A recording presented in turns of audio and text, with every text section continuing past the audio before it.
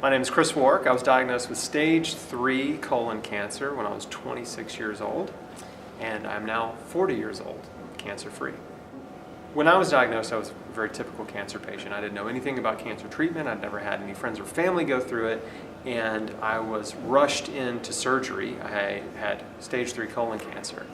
And after surgery, they told me I was worse than they thought, stage 3C, and that I needed 9 to 12 months of chemotherapy. And at that time, I accepted that this was my life and I was going to be a full-blown cancer patient and do chemo. But after I got home from the hospital, the more I thought about chemotherapy, the less it made sense to me. I mean, the idea of poisoning my way back to health did not make sense. So my wife and I prayed about it, and 2 days later, I got a book that was written by a man who'd healed his own cancer, colon cancer, with a radical diet and lifestyle change. And I just knew that book was an answer to prayer. It was actually sent to me from a man in Alaska who knew my dad. It just showed up on my doorstep. And reading that book opened my eyes to the power of nutrition to help the body heal. And conversely, to the power of a bad diet to hurt the body, to harm the body. And I realized that I'd been eating a diet that was a Western diet that was just toxic. And I'd been living a high-stress life, and I was exposed to a lot of environmental toxins and had a lot of stress in my life, and it was all hurting me. And so I made a decision to change everything. And I said no to chemotherapy. I figured, you know what, that's the last resort. And why don't I take control of my life? Why don't I take my life back and change everything in my entire life and make sure that everything I'm doing is promoting health and not promoting disease? And that's what I did, and my body healed. I got well, and I got healthier and stronger, and my blood work improved, and here I am, 14 years later, no cancer, in the best shape of my life. The biggest shift I made was I converted from a Western diet, which is eating meat and dairy 3 times a day, fast food, junk food, processed food, to a diet that was all raw. It's all raw fruits and vegetables. So it was a plant-based diet, vegan diet, and all raw, so no cooked food. And I did that for 90 days. And then after 90 days, I added cooked food back into my diet and maintained a diet that was plant-based. It wasn't 100% vegan, but it was a very high plant-based diet. And so that was the first powerful change I made. The other big changes I made was started exercising.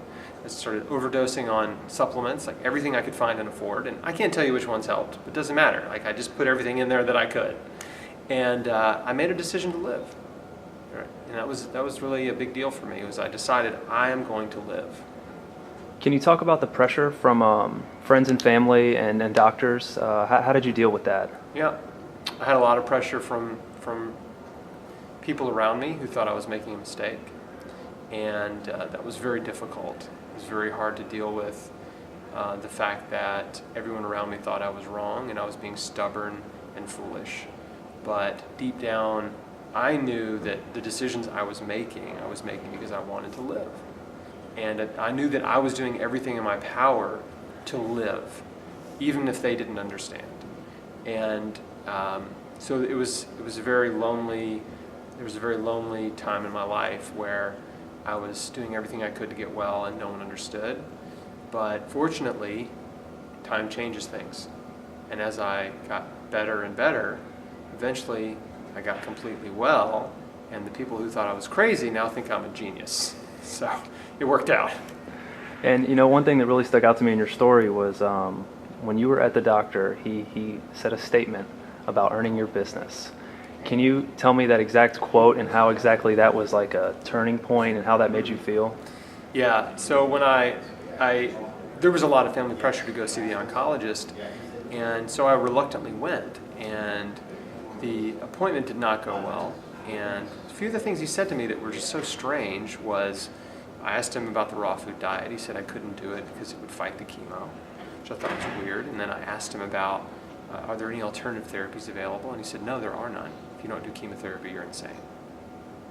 And he really just started talking down to me and using fear to intimidate me and manipulate me into saying yes to chemotherapy. And at one point in the conversation, as he's trying to, think of anything he can say to convince me, he says, look, I'm not saying this because I need your business. And I immediately knew, I didn't immediately know, but I immediately sensed that was a weird thing to say, right? Because we weren't talking about business at all. I Right. didn't even bring up business or money or anything. And it was like he was on the defensive about it. And somehow he, was he used a sales technique called the push away, where it's like, I don't need your business, I'm saying this because I care about you. And it was a red flag. What advice would you give to somebody that's at those crossroads, thinking about not sure which route to go to? The best advice I can give to a cancer patient is to listen to your instincts and your intuition. Don't do anything that doesn't make sense to you, and don't make any decision out of fear, because a fear-based decision is almost always the wrong decision. And if you don't have enough information, then you need to wait, right? If you're not confident in the recommended treatment, you need to hold off. You need to postpone. You need to have confidence in what you're going to do. Whether that's chemo or surgery, radiation, or alternative therapies, whatever it is, you need to have confidence. You need to believe in it. And having confidence and believing in something you're doing does take time. You need to read and research, and you got to learn. You can't just abdicate all of your authority and all of your power to someone else and expect them to cure you or heal you. Right? You have to take responsibility for your life and your health, and you have to take the driver's seat and take the wheel of your life. And again, you can't be a passenger in your healing journey. And so that's the most important message, right? And for most cancer patients too, the other thing they need to understand, I try to help them understand, is that they have options and they have time.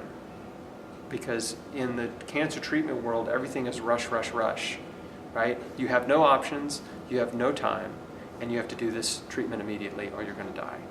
And for the vast majority of cancer patients, none of those statements are true. They all have way more options than they're being told. They have way more time than the cancer's been growing for years. It's not threatening to kill them overnight or even within a few weeks. Many of them have years to live if they do nothing. So knowing that you have years to live, even if you do nothing, really changes your perspective on the way on your next steps, on how to approach treatment, how to approach taking care of yourself, and understanding that you have time to read and research and learn and grow and take control of your situation. So that's what every cancer patient needs to know right off the bat.